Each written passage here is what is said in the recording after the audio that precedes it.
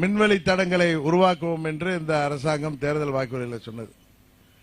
இன்றைக்கு அதெல்லாம் செய்திருக்கிறார்களா? இன்னும் சொல்ல போனால் மின் விபத்துக்களை தடுப்பதற்கும் மின் திருட்டை சரி செய்வதற்கும் அதையெல்லாம் தடுப்பதற்கும் அண்டர் கிரவுண்ட் கேபிள் நிலத்தடி மின் கம்பிகளை கொண்டு செல்வோம், பாதுகாப்பிற்கு, விபத்துக்களை தடுப்பதற்கு, மின் திருட்டை தடுப்பதற்கு என்று சொன்னார்கள். எதுவும் செய்யவில்லை. இவர்கள் இந்த ஆட்சி வந்து 3 ஆண்டுகளில் முதல் 22ல் 30% மின் கட்டணத்தை உயர்த்தியிருக்கிறார்கள். கடந்த ஆண்டு 2.14%, இந்த ஆண்டு 4.26% என மின் கட்டணத்தை உயர்த்தி இருக்கிறார்கள். காரணம் கேட்டால் மத்திய அரசின் ஆர்டிஎஸ்எஸ் ஸ்கீம்ல நாங்கள் சேர வேண்டும் என்றால் மின் கட்டணத்தை உயர்த்த வேண்டும் என்று மத்திய அரசு சொல்லி இருக்கிறது என்று பொய்யை சொல்லி எல்லா பழியையும் மத்திய அரசின் மீது போடுகிறார்கள். உண்மையில் மத்திய அரசு ஆர்டிஎஸ்எஸ் ஸ்கீம் மூலம் நலிவுற்ற மின் வாரியங்களை மேம்படுத்த, அதன் மூலம் சலுகைகள் பெற பல்வேறு ரிஃபார்ம்ஸை நீங்கள் செய்யுங்கள். குறிப்பாக தேர்தல் அறிக்கையில் ஸ்டாலின் சொன்னார வீடுகளுக்கு ஸ்மார்ட் மீட்டர் பொருத்துவோம். இது வரைக்கும் பொருத்திருக்காங்களா? இன்னும் சொல்ல போனா மாதம் ஒரு முறை மின் கணக்கெடுப்பு நடத்தப்படும் என்றார்கள். செய்யவில்லை. அதனாலதான் இப்ப பிளாட்டா கரண்ட் ரேட் பிக்ஸ் பண்ணி டாரிஃப் பிக்ஸ் பண்ணி இருந்தா 2 மாதத்துக்கு ஒரு முறை எடுக்கிறப்ப கூட அதனால் மக்களுக்கு பெரிய நஷ்டம் வரப்போவதில்லை. ஆனால் ஸ்லாப்ல 500க்கு ஒரு ரேட்டு, 1000 யூனிட் வரைக்கும் ஒரு ரேட் என்று பிக்ஸ் பண்ணிவிட்டு மாதம் கணக்கெடுத்தால் சாதாரணமான மக்களுக்கு, அனைத்து தரப்பு மக்களுக்கும், ஏன் தொழில் நிறுவனங்களுக்கும் இந்த மின் கட்டணம் சேமிப்பு கிடைக்கும். ஆனால் இது ஒரு பகல் கொள்ளை போல, ஏழை எளிய மக்களிடம் வழிப்பறி செய்வது போல இவர்கள் ஸ்லாப் ரேட்ல மின் கட்டணத்தை பிக்ஸ் பண்ணிட்டு மாதம் கணக்கெடுப்பதை தள்ளி போட்டுக்கொண்டு, ஸ்மார்ட் மீட்டர் பொருத்துவதையும் தள்ளி போட்டுக்கொண்டு, மத்திய அரசிடமிருந்து அவர்கள் சலுகைகளை பெறுவதையும் தள்ளி போட்டுக்கொண்டு, இங்கே தனியாரிடமிருந்து மின்சாரத்தை கொள்முதல் செய்வதன் மூலம் அதில் முறைகேடுகள் செய்வதற்கு வாய்ப்பாக இந்த அரசாங்கம் செயல்பட்டுக் கொண்டிருக்கிறது. இதுபோலதான் எல்லாத்திலையும். இன்னைக்கு ஆவின் பால் நிறுவனத்தில் முன்ன இருந்த அமைச்சர் நாசரை மாத்திட்டு இப்ப புதுசா ஒரு அமைச்சரை போட்டிருக்காங்க, மனோ தங்கராஜன். என்ன முன்னேற்றம் நடந்திருக்குது? எதை சரி செய்திருக்கிறாரு? உங்களுக்கு எல்லாம் தெரியும். தமிழ்நாட்டில் கிராமப்புறங்களின் பொருளாதார மேம்பாட்டிற்கும் விவசாயிகளின் வாழ்வாதாரத்திற்கு முக்கியமாக இருப்பது கிராமப்புறங்களில் கூட்டுறவு சங்கங்கள் மூலம் பால் உற்பத்தியாளர்கள் தங்கள் வீட்டில் பசுமாடு வளர்த்து அந்த பாலை எல்லாம் கூட்டுறவு சங்கங்கள் மூலம் அரசுக்கு சப்ளை செய்வதன் மூலம் கிராமப்புற பொருளாதாரம் இந்தியா முழுக்க, குறிப்பா தமிழ்நாட்டில் அது ஒரு முக்கியமான பங்கு வகிக்குது.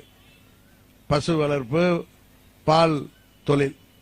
ஆனா இந்த அரசாங்கம் கிட்டத்தட்ட 9189 கிராமப்புற கூட்டுறவு பால் உற்பத்தியாளர் சங்கம் மூலம் அவங்க சொல்றது 25 லட்சத்திலிருந்து மாதம் ஒரு முறைக்கு 30 லட்சம் லிட்டர் பாலை கொள்முதல் செய்கிறோங்கிறாங்க.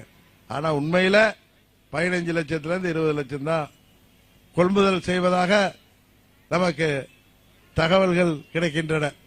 இன்னும் சொல்ல போனா அந்த கொள்முதலுக்கெல்லாம் பாலுக்கு அந்த பால் உரிமையாளர்கள் கூட்டுறவு சங்கத்தின் சார்பாக அந்த பால் விற்பனை செய்பவர்கள் தங்களுக்கு விலையை கூட்டி தர வேண்டும் என்று கேட்டு இதுவரை அரசாங்கம் செவிசாய்க்கவில்லை. அதிலும் ஒரு சயின்டிபிக் முறைகேடு வழிவகுக்கிறது. காரணம், தனியார் பால் நிறுவனங்களை தமிழ்நாட்டிலே வளர்த்து விடுவதன் மூலம் ஊழலுக்கும் முறைகேட்டிற்கும் வழிவகுப்பதற்காக இன்றைக்கு ஆவின் பால் நிறுவனம் இன்றைக்கு எப்படி செயல்படுகிறது என்பது உங்களுக்கு தெரியும்.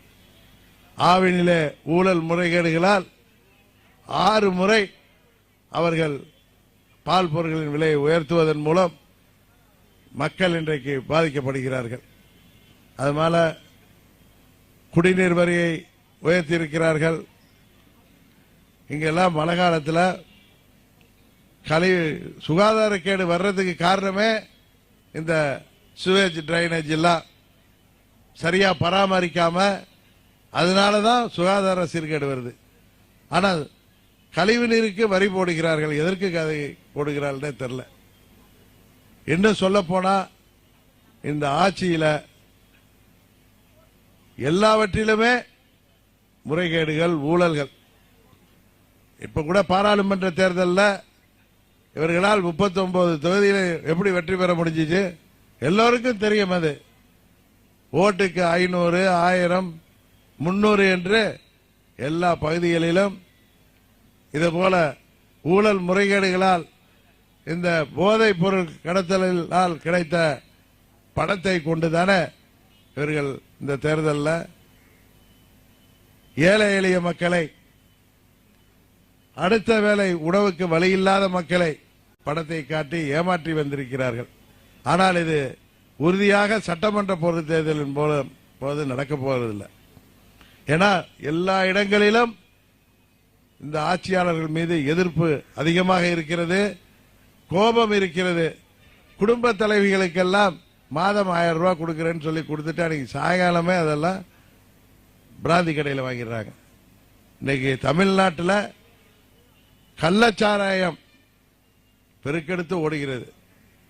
கடந்த ஆண்டே பல உயிர்கள் போன பொழுது மரக்காணம், செங்கல்பட்டு இந்த அரசாங்கம் அதையெல்லாம் தடுக்க நடவடிக்கை எடுக்காமல் இப்பொழுது கள்ளக்குறிச்சி அந்த கள்ளச்சாராய மரணங்கள்ங்கிறது 65 தாண்டி இப்பெல்லாம் எந்த அளவுக்கு வந்துட்டுனா, யாராவது கள்ளச்சாராயம் குடி சாவரணும்னு நினைச்சா கள்ளச்சாராயம் குடிச்சு செத்தா இந்த அரசாங்கம் 10 லட்சம் கொடுக்குங்கிற அளவுக்கு அவர்களின் திறமையின்மையை, நிர்வாக சீர்கேட்டை அரசாங்கம் மறைக்கின்ற அளவுக்கு போய்விட்டது.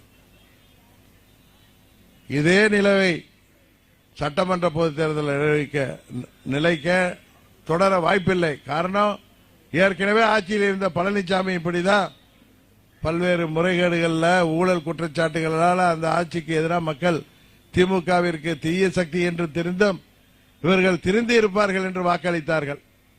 அந்த தேர்தலில் உங்களுக்கு தெரியும், பழனிசாமி ஒவ்வொரு தொகுதியிலையும் அவர்கள் முன்னால் அவர் கூட இருந்தவங்க எல்லாம் எவ்வளவு பணம் செலவு செய்து இன்றைக்கு சட்டமன்ற உறுப்பினர்கள் ஆனார்கள். ஆனால் அவர்களால் ஆட்சி பொறுப்புக்கு வர முடியவில்லை. இன்றைக்கு பாராளுமன்ற தேர்தலின் பொழுது குடும்ப தலைவிகளிலே கிராமப்புறங்களில் எல்லாம்